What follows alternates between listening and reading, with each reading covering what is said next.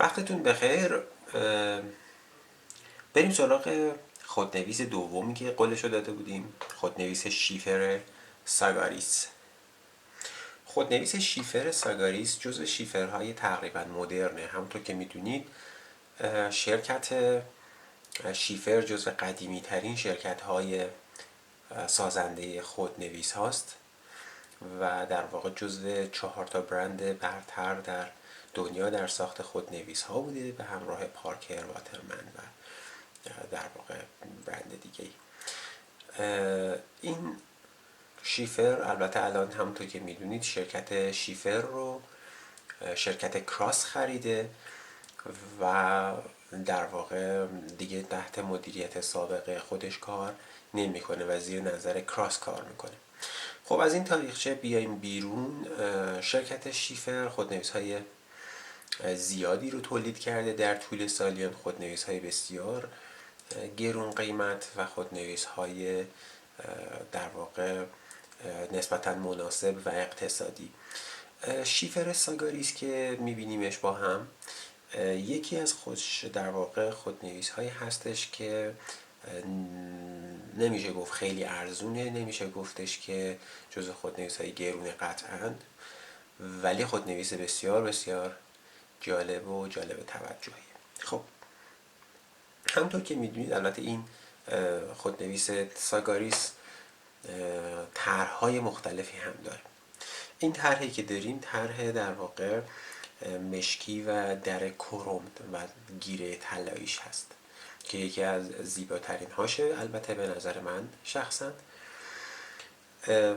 ببینیم که به چه شکلی هست. همونطور که میبینید یک در کروم داره، بدن پلاستیکی با کیفیتی، البته در واقع حالت با کیفیتی داره و کیفیت بالایی داره.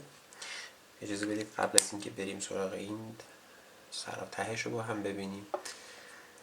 بالای تکه طلایی اضافه شده به در و پایین هم مشابه همون که یک حالت تقارن زیبایی رو به این طرح جاریمون داده. بریم سراغ این که کمی سایزش رو با خودنویس های دیگه بسنجیم. یک کار جدیدی رو که سعی کردم اضافه بکنم اینه که ابعاد خودنویس رو کمی دقیق تر اندازه بگیریم. البته خیلی زیاد دوست ندارم تو این کار افراط کنم چون این چیزا توی اینترنت خیلی راحت قابل پیدا شدنه. این تقریبا حدود 13 سانت و 2 میلیمتره. ببینیمش در کنار خودنویس های دیگه. شیفر ساگاریس،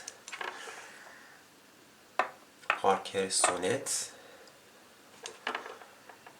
پارکر 75 که مدل قدیمی هستش، پایلوت کاستوم 74، یک لامی استودیو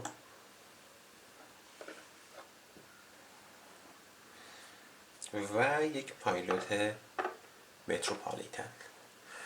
همونطور که میبینید این خودنویس نسبتاً خودنویس باریکیه و خودنویس ریزنقشیه به نوعی. البته به لحاظ طول خیلی تفاوت چندانی با بقیه خودنویس ها نداره. برشون میدارم.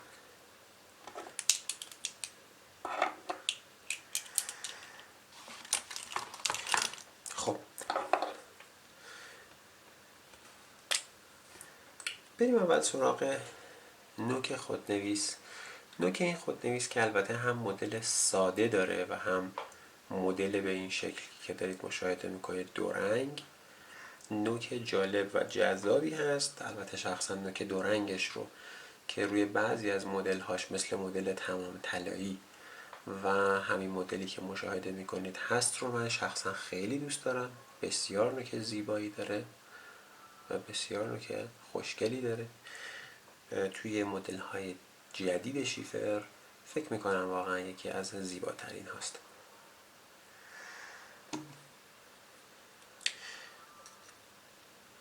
خب بریم بخش در واقع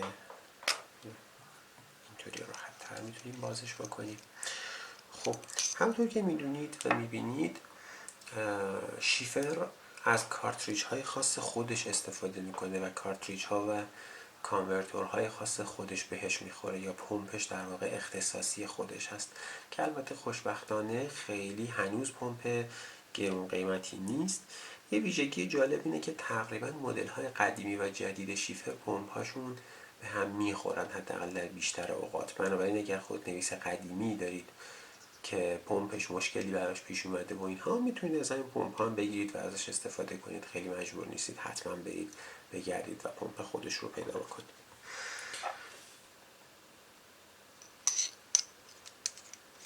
خب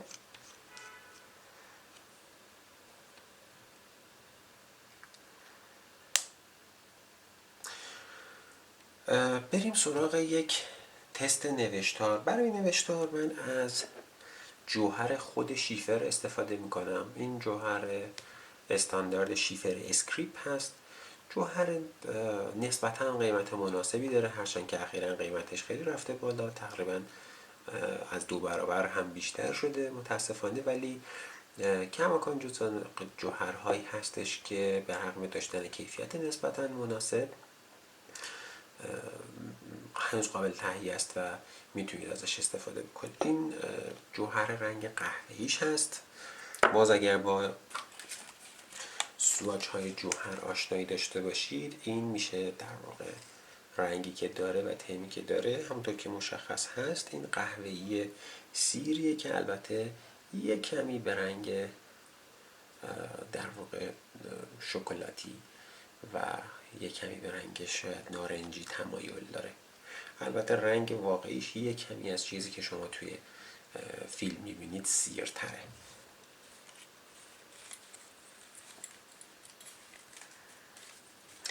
خب طبق معمول بریم سراغ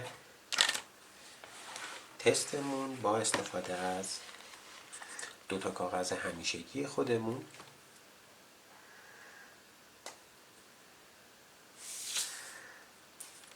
باز برای راحتی من یک کمی زومش کنم، شاید یک کمی بیشتر.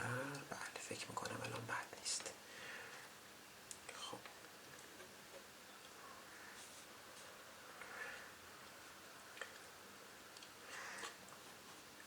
خود نویسمون هست شیفر مدل ساگاریس.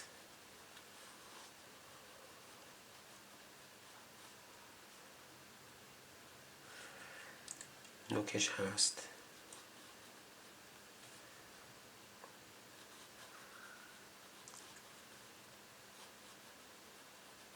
دوال تونه در واقع استیل و البته با سایز میدیوم. من همین آخر بنویسمش.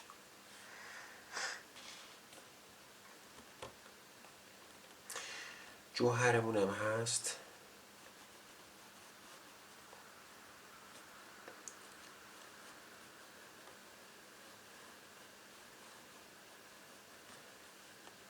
شیفر اسکریپ به رنگ قهوه‌ای یا براون. ببخشید من کمی دستم اینجا بست هست و نمیتونم خیلی با زاویه خوبی بنویسم. اگه بعد خطه عذرخواهی میکنم ازتون. خب بریم اول سراغ ورقه رودیای خودمون و روی ورقه رودیا بنویسیم تا کمی حس بهتری پیدا کنید و بیشتری شاید پیدا بکنید.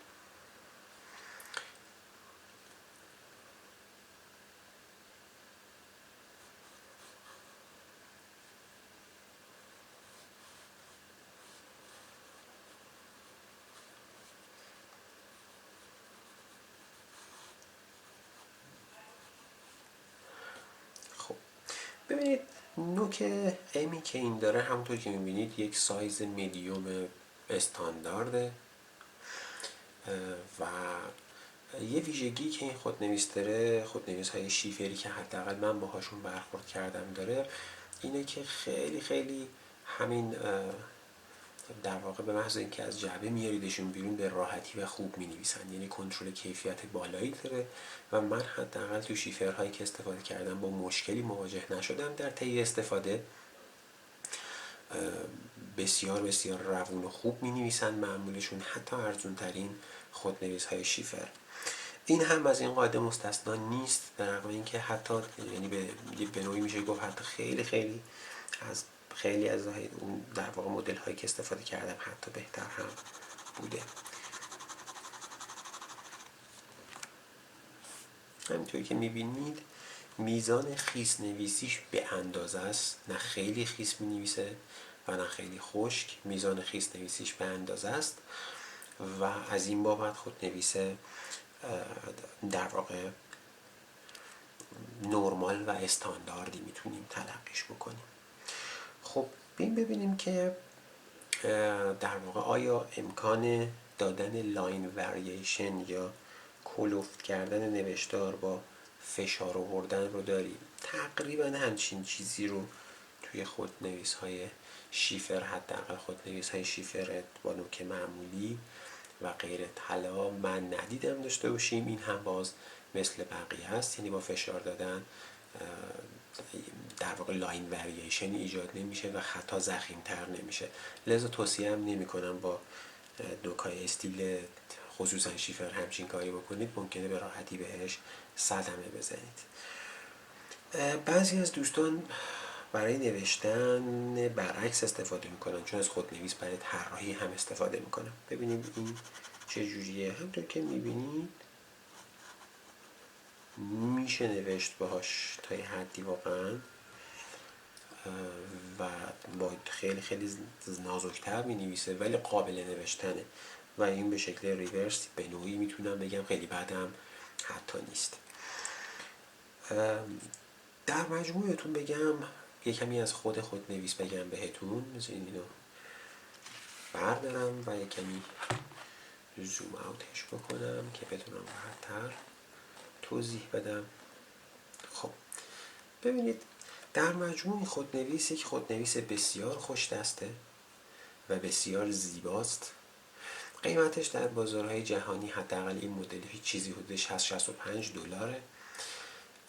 در بازار ایران خوشبختانه هنوز ارزون تر از این قیمت هاست و شما با قیمتی هول و هوش 1 میلیون تا 1,200,000 تومان میتونید این خودنویس رو تهیه بکنید.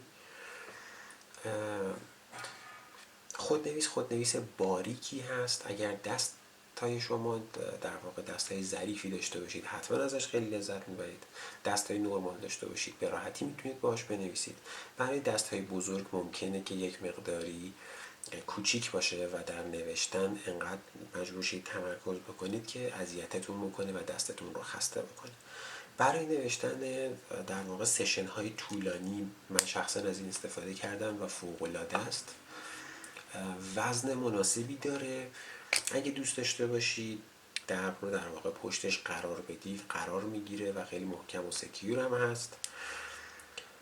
اینم توضیح ندادم اضافه بکنم. کلیپی که داره روش هم کلیپ محکمیه و راحت میتونید ازش استفاده بکنید و روی لباستون خوب میمونه.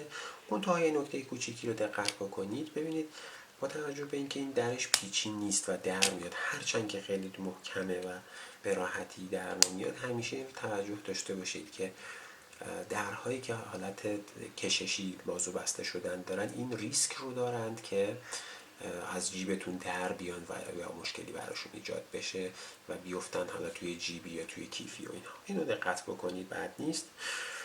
به نسبت قیمتش به نظرم خودنویس با ارزشیه. همونطوری که توضیح دادم نوشتار بسیار خوب و بسیار روونی داره، بسیار نرم می نویسه.